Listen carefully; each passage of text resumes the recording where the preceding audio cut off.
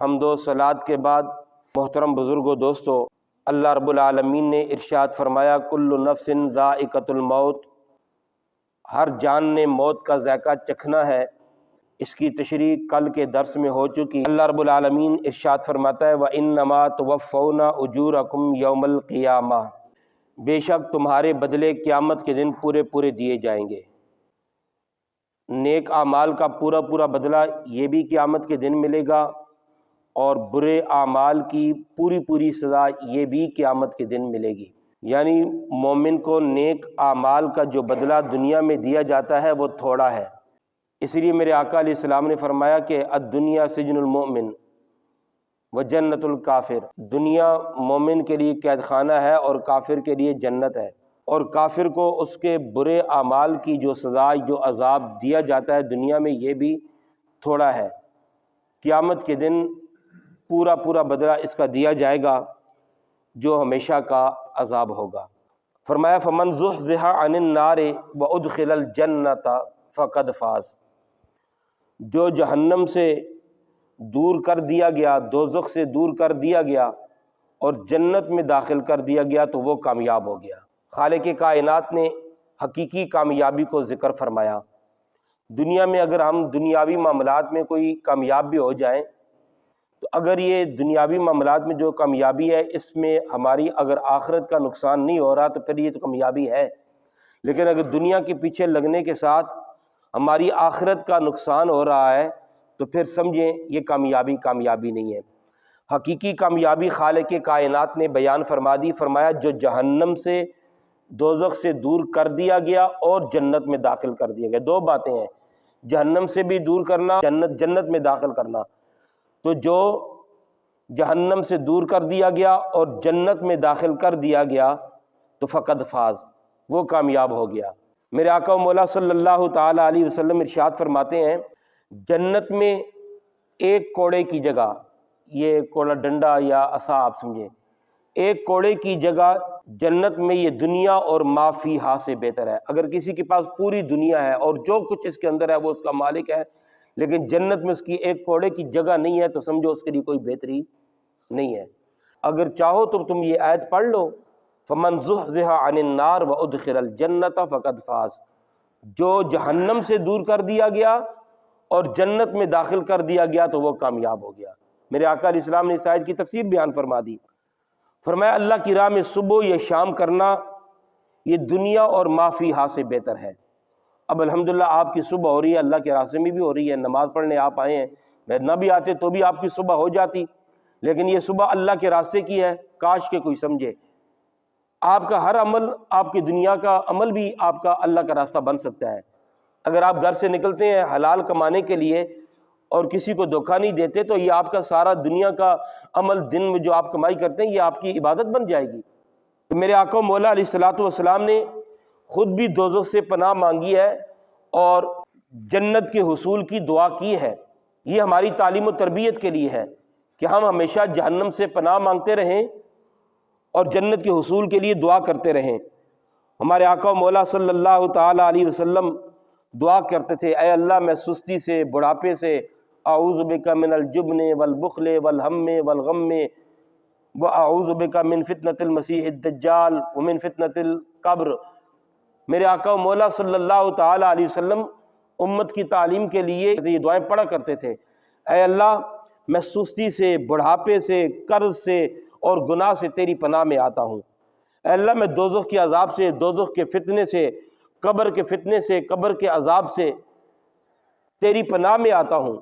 میرے آقا مولا صلی اللہ تعالی علیہ وسلم ہمیں تعلیم دے رہے ہیں کہ تم بھی ہمیشہ اللہ رب العالمین سے دوزخ سے پناہ مانگو اور جنت کے حصول کے لیے دعا کرو۔ میرے آقا علیہ السلام فرماتے ہیں جس نے 3 مرتبہ جہنم سے پناہ مانگی، جہنم کہتی ہے مولا اس کو مجھ سے دور کر دے، اور جس نے 3 مرتبہ جنت کے حصول کے لیے دعا کی تو اللہ رب العالمین کے حضور جنت کہتی ہے یا اللہ اس کو مجھ میں سکونت عطا فرما۔ تو ہمارے آقا مولا علیہ السلام نے ہماری تعلیم و تربیت فرمایا جب بھی تم اللہ سے سوال کرو تو فردوس کا سوال کرو۔ فردوس جنت میں سب سے اعلیٰ مقام ہے، اور میرے آقا علیہ السلام یہ چاہتے تھے کہ میرے امتی، میرے غلام مجھ سے جنت کا سوال کریں۔ نبی پاک علیہ السلام نے ایک آدمی کو بلایا اور اس سے فرمایا کہ تم اپنی حاجت کا سوال کرو۔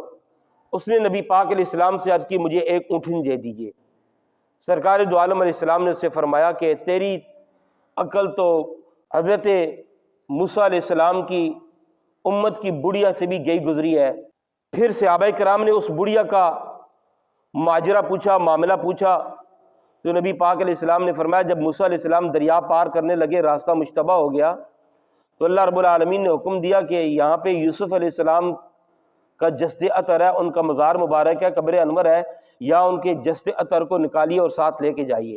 لیکن لشکر میں جتنے بھی لوگ تھے ان میں سے کسی کو بھی یوسف علیہ السلام کے مزار کا پتہ نہیں تھا۔ وہاں علاقے میں ایک بڑھیا رہتی تھی، اس کو بلایا گیا، اس کو پتہ تھا۔ اس نے موسیٰ علیہ السلام سے عرض کی کہ اگر آپ مجھے جنت میں اپنے ساتھ اپنے مقام میں رکھتے ہیں تو پھر میں آپ کو بتاتی ہوں، ورنہ میں آپ کو نہیں بتاؤں گی۔ موسیٰ علیہ السلام نے اس سے فرمایا مانگنا ہے کچھ اور مانگ لے۔ اس نے کہا نہیں، اسی پر بتاؤں گی کہ جنت میں آپ کے ساتھ رہوں۔ اللہ تبارک و تعالیٰ نے وہی بھیجی، اے موسیٰ آپ اس کو فرما دیجئے کہ جنت میں آپ کے ساتھ ہوگی۔ تو پھر اس عورت نے، وہ پانی کے اندر تھا مزار، اس عورت نے وہ جگہ بتائی، تو پھر موسیٰ علیہ السلام پار ہوئے۔ بات یہ ہے کہ نبی پاک علیہ السلام نے فرمایا اس بوڑھی عورت کو دیکھو، جب اس کو مانگنے کا وقت آیا تو اس نے کوئی دنیا کی کوئی چیز نہیں مانگی، اس نے مانگی تو جنت مانگی، اور جنت میں بھی نبی کی رفاقت مانگی۔ تم میرا امتی ہے، تمہیں اختیار دیا گیا، مانگو، کیا مانگتے ہو، حاجت اپنی پیش کرو، تم اونٹنیاں مانگنے میں لگے ہوئے ہو۔ کاش کہ تم جنت مانگتے۔ آج ہمارا بھی یہی حال ہے، ہم جو کچھ دعا کراتے ہیں بس دنیا کے لیے، بس یہ ہو جائے، وہ ہو جائے، یہ ٹھیک ہو جائے، وہ ٹھیک ہو جائے، بس یہ دعا کرنی چاہیے اللہ تعالیٰ ایمان کے ساتھ دنیا میں رکھے جب تک رکھے، اور ایمان کے ساتھ موت عطا فرمائے، اور ایمان کے ساتھ حشر میں اٹھائے۔ بس یہی دعا کرنی چاہیے، باقی تو تقدیر الہی میں لکھا ہے، اچھے اصول کے لیے دعا کرنی چاہیے، اس میں کوئی شک نہیں ہے، اللہ کی ذات بے نیاز ذات ہے، لیکن اس کے ساتھ ساتھ ایمان کی سلامتی کی سب سے پہلے دعا کرنی چاہیے۔ ہمارے آقا مولا علیہ الصلوۃ والسلام نے یہی تو تعلیم ہمیں ارشاد فرمائی، اور ہمیں حکم دیا گیا کہ تم جنت کی طرف بھاگو، جنت کی طرف دوڑو۔